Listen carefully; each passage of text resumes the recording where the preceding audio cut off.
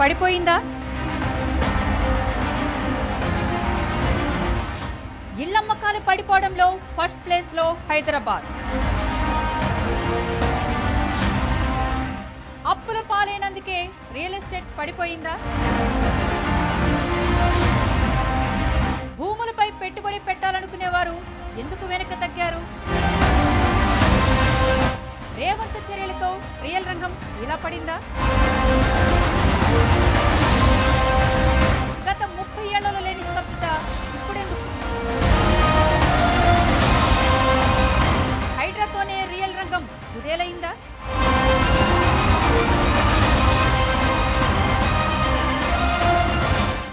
గత కొద్ది రోజులుగా హైదరాబాద్ను హైడ్రా హడలెత్తిస్తుంది.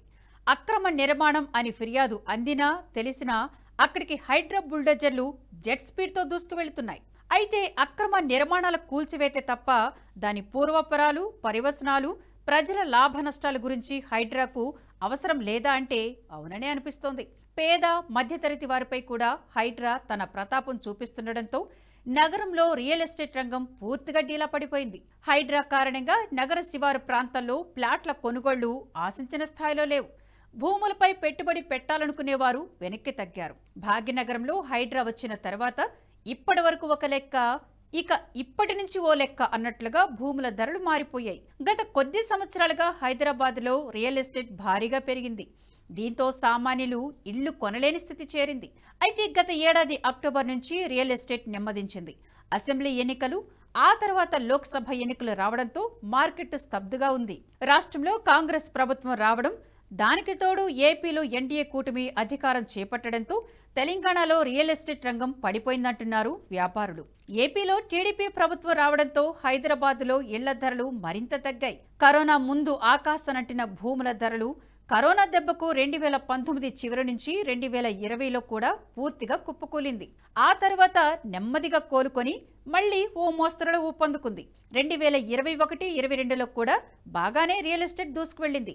ఆ తర్వాత 2 తెలుగు రాష్ట్రాల్లో ప్రభుత్వాలు మారడం, హైదరాబాద్ నగరంలో సీఎం రేవంత్ రెడ్డి చేపట్టిన చర్యలతో రియల్ ఎస్టేట్ వ్యాపారం మళ్లీ పూర్తిగా డీలా పడిందంటున్నారు పలువురు వ్యాపారులు. 2021లో గజం ధర ₹1,00,000 పలికితే అది గత నెలలో 40,000కు పడిపోయిందట. ఇక ఇప్పుడు ఆ ధర కూడా పెట్టేందుకు ఎవరూ ముందుకు రావడం లేదట. దీన్ని బట్టి చూస్తేనే అర్థమవుతుంది రియల్ ఎస్టేట్ రంగం ఎంతలా కుప్పకూలిందో.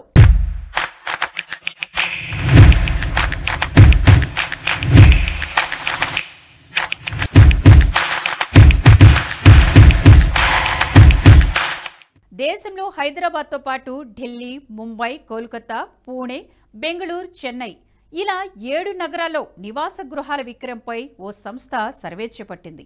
ఈ 7 నగరాల్లో ఈ ఏడాది మొదటి త్రైమాసికం జనవరి నుంచి మార్చి వరకు 1.11 లక్షల యూనిట్లు ప్రారంభమయ్యాయి. అదే రెండో త్రైమాసికంలో 1.17 లక్షల యూనిట్లు ప్రారంభమయ్యాయి. దేశవ్యాప్తంగా ఈ కొత్త ప్రాజెక్టుల ప్రారంభోత్సవంలో 6% పెరుగుదల నమోదైంది. కానీ హైదరాబాద్లో మాత్రం పూర్తిగా డీలా పడిపోయింది. కొత్త ప్రాజెక్టులు ప్రారంభమంటేనే బిల్డర్లు జంకుతున్నారట. ఈ ఏడాది మొదటి 3 నెలల్లో హైదరాబాద్లో 22,960 నివాస గృహాల నిర్మాణం జరిగితే రెండో త్రైమాసికంలో 13,750 యూనిట్లు మాత్రమే ప్రారంభమయ్యాయట. అంటే ఏకంగా 40% పడిపోయిందన్నమాట. కాంగ్రెస్ అధికారంలోకి రాగానే గత బీఆర్ఎస్ ప్రభుత్వం రాష్ట్రాన్ని అప్పుల పాలు చేసింది. ఇక్కడ లంకె బిందెలున్నాయని వస్తే ఖాళీ చిప్ప చేతికిచ్చారని సాక్షాత్తు సీఎం రేవంత్ రెడ్డి అన్నారు. మరి అలాంటప్పుడు ఆర్థికంగా దివాళా తీసిన రాష్ట్రానికి పెట్టుబడులు పెట్టే వ్యాపారులు ఎలా వస్తారంటున్నారు పలువురు విశ్లేషకులు. పదే పదే అప్పుల రాష్ట్రమని చెబుతుంటే పెట్టుబడులకు ఎవరు ధైర్యం చేస్తారని రాజకీయ విమర్శలు కూడా ఉన్నాయి. ఇచ్చిన హామీలు అమలుకు సాధ్యం కాదని ఇలా హైడ్రాను సృష్టించి ప్రజల దృష్టి మరల్చారనే వాదన కూడా ఉంది. నగరంలో చాలా చెరువులు, కుంటలు మాయమయ్యాయి. వాటిని వెంచెలుగా చేసి ప్లాట్లమ్మేశారు. నిర్మాణాలు చేపట్టడంతో అవి కాలనీలుగా మారిపోయాయి. ఇప్పుడు ఆక్రమణలపై ఉక్కుపాదమంటూ సీఎం రేవంత్ రెడ్డి ఏర్పాటు చేసిన హైడ్రా వాటన్నిటికీ నోటీసులు పంపుతూ కూర్చేస్తుండటంతో జనాలకు భయం పట్టుకుంది. ఇంకేముంది, ఫ్లాట్ కొనాలనుకునే వారు కూడా ఆలోచనలో పడ్డారు. ఏది చెరువు, ఏది ప్రభుత్వ భూమో, ఏది ఎఫ్టీఎల్ బఫర్ జోన్లోకి వస్తుందోనని భయంతో ఇల్లు, ఇంటి స్థలం కొనేందుకు ముందుకు రావడం లేదు.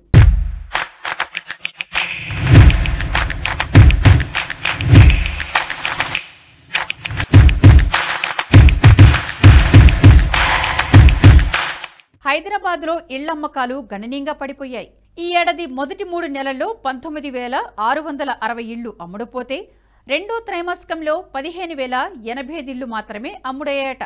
అంటే రేవంత్ సర్కార్ వచ్చిన మొదటి 3 నెలలతో పోలిస్తే ఇండ్ల అమ్మకాలు 23% తగ్గిపోయాయి.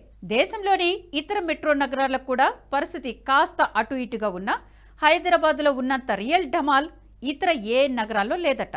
ఇండ్ల అమ్మకాలు పడిపోవడంలో దేశంలోనే హైదరాబాద్ మొదటి స్థానంలో ఉందంటే రియల్ ఎస్టేట్ ఎంతలా పడిపోయిందనే దానికి అద్దం పడుతుంది. ఏపీ రాజధాని అమరావతి అభివృద్ధికి టీడీపీ ప్రభుత్వంతో పాటు కేంద్ర ప్రభుత్వం కూడా సహాయం చేస్తామని చెప్పడంతో పెట్టుబడిదారులు అమరావతి వైపు వెళుతున్నారు. దానికి తోడు తెలంగాణ పరిస్థితిపై రాష్ట్ర ప్రభుత్వం పెద్దలు మాట్లాడుతున్న తీరు, రేవంత్ చేపట్టిన చర్యలతో హైదరాబాద్లో రియల్ ఎస్టేట్ పడిపోయిందంటున్నారు. గతంలో 3 పువ్వులు 6 కాయలు అన్నట్లుగా కొనసాగిన రియల్ వ్యాపారం కాంగ్రెస్ ప్రభుత్వం రావడంతో ఢమాలైందని తలలు పట్టుకుంటున్నారు పలువురు రియల్టర్లు. మరోవైపు రాష్ట్ర పట్టణాభివృద్ధి శాఖ సీఎం రేవంత్ రెడ్డి వద్దనే ఉంది.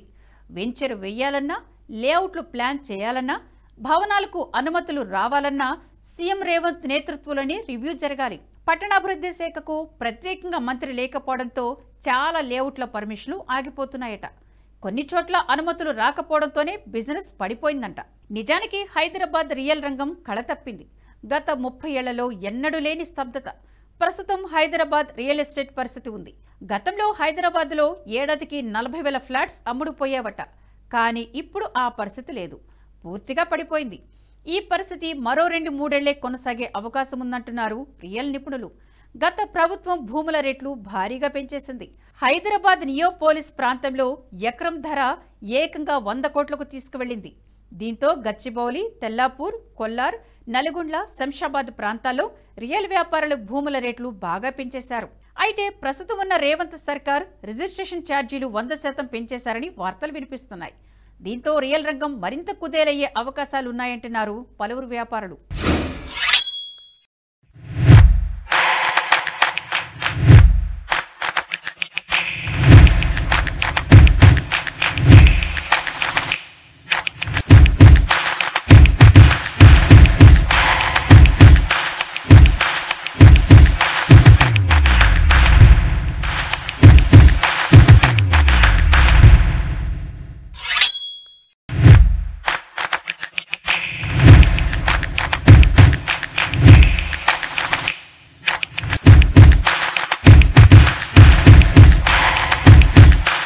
ఈ వీడియో మీకు నచ్చినట్టయితే లైక్ చేయండి, 10 మందికి షేర్ చేయండి. అలాగే కామెంట్ల రూపంలో మీ అభిప్రాయాలను మాతో పంచుకోండి. Nationalist hub group of channels ను సబ్స్క్రైబ్ చేసుకుని తెలుగునాట జాతీయవాద జర్నలిజాన్ని ప్రోత్సహించండి. ఈ వీడియో కింద ఉన్న బెల్ ఐకాన్ పై క్లిక్ చేయడం మర్చిపోవద్దు.